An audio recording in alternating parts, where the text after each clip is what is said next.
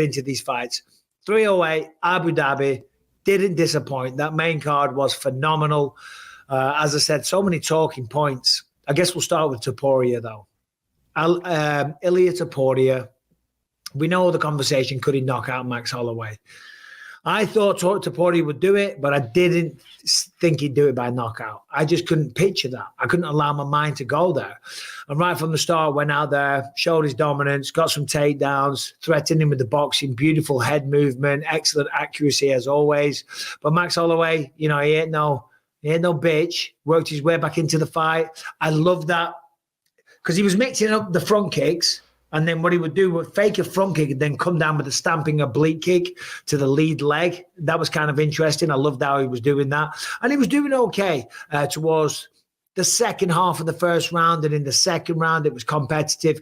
I still had Ilia ahead in every round, but he was doing well. Like the first round, Ilia, I think he emptied the tank a little bit, and so he slowed down a touch. That allowed Max to get back into it. Second round, a bit more competitive. Max landing some good shots, nice double jab right hand. Topuria, of course, landing the bigger shots. Holloway had done his homework clearly because anytime he was backed up against the fence, that's when Topuria becomes an absolute killer and a savage.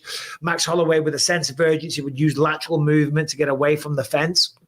So clearly did his homework. But, of course, round 3, right hand, follows it up perfectly.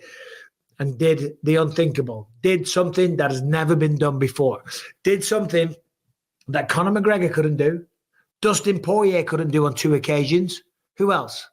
Justin Gaethje couldn't do. Charles Oliveira couldn't do. You know what I mean? All these absolutely killers. And Ilia Topuria goes out there, did what he said he was going to do, won the fight via knockout.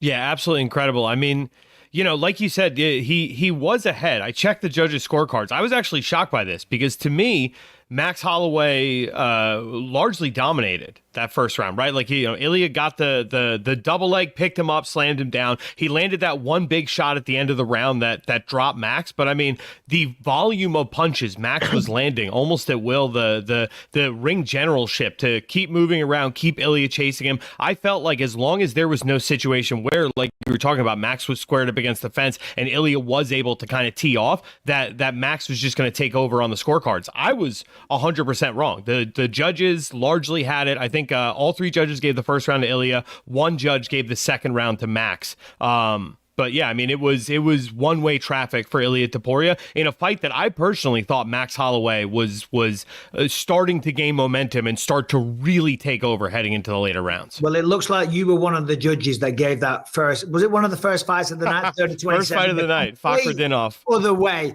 I loved as well. For all the talk, like Ilia Topuria is a very confident man.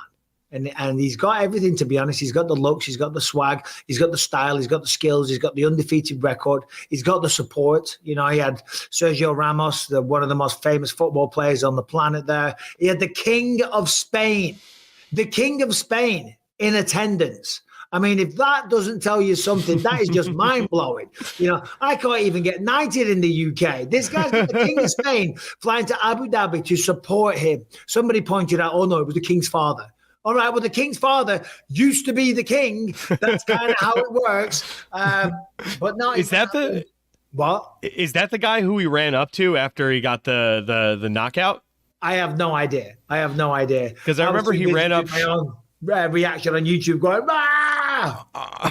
I remember he ran up and shook some old guy's hand, and then right next to him was Steve Harvey, and he shook his hand, and I was like, "That's a wild 1-2 combination." Like the one person you wanted to, yeah, it was Steve Harvey was standing right next to whoever Ilia made a beeline to, and then from Family Fortunes, Family Feud. Yeah, Family Feud. Yeah. Well, we call it Family Fortunes in the UK. Okay. Yeah, Steve Harvey, what a guy. Nah, man, unbelievable. And I loved at the start when he walks out and he does this. Anyway, come on, let's go, and all the rest of it, because they talked about it. Topuria, I said he was setting a trap, trying to get under the skin of Max. Looks like that was working a little bit. But then ultimately, you don't know until the fight starts. Max stuck to the game plan. He didn't take any chances. You know, he was trying to fight a smart fight. But there's just something different about Ilia Topuria. The power that he has, the movement that he has, the head movement. For example, so he's here and he's bobbing and weaving a lot, right? The relevance of that is that if you bob this way, the power, the weight of your body goes onto your lead left leg. So then you can push off the lead left leg to generate big power with your left hook. If you go on this side, it goes onto your rear leg. And then you can explode with the right hand. It's basic boxing stuff. But the reason that he bobs and moves so much is for that reason. I mean, that left hook that he finished him with was pitch perfect. It was beautiful. The rotation on it, the way he turned his entire body, the way the foot rotated, you know, so it's like a golf swing or swinging a baseball. You know what I mean? You use your entire body. And at 145 pounds, he hits incredibly hard. So commiserations for Max Holloway. Everybody loves that guy. He's an absolute legend, future Hall of Famer, one of the best guys in the sport. But there's no denying the champion of the world, Ilia Topuria, El Matador. This guy's something special. He really is. I mean, we're talking, I heard a lot of comparisons, people calling him 145-pound Alex Pereira. And it's like, I see it, dude. Like, this guy it feels like he's inevitable at this point, right? Like he will continue to stalk you, will continue to walk you down until he finds that kill shot. Every single person he's been in there with, he's either finished them or hurt them, like really, really to the point where we've never seen anyone doing that kind of damage to a guy.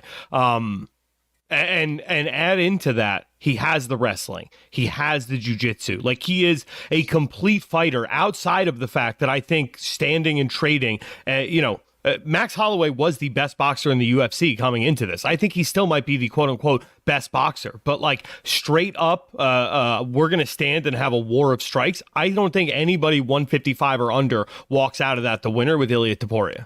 Max Holloway is a very good striker, or a very good boxer. Ilia Topuria just knocked him out. Ilia Topuria is a better boxer. Ilia Topuria slips and rips better. Ilia Topuria has beautiful ringmanship. He cuts off the cage well. He pressures well with his feet and his presence. And, of course, when you deliver shots, he knocks people out. You know, and that is a big part of boxing, how you generate the power. You know, people talk about power being God-given, and to a certain degree it is, or you're just born with it. You know, but you can work on that. There's certain things you can do, as Eddie Hall was telling us recently. But the right hand that he connected with to wobble him, the left hook that he landed to finish him, and as he does that to everybody in the UFC, it's going to be unbelievable to see what he does next. I know they're talking about going to a stadium in France. Spain. In Spain. What am I saying? Stadium in Spain, right, with 100,000 people, 120,000 people. He could do that, right? Ilia Topuria now. And this is a wild shout. He is somebody that has all of the ingredients to be the next Conor McGregor, to be the person to reach that level of fame.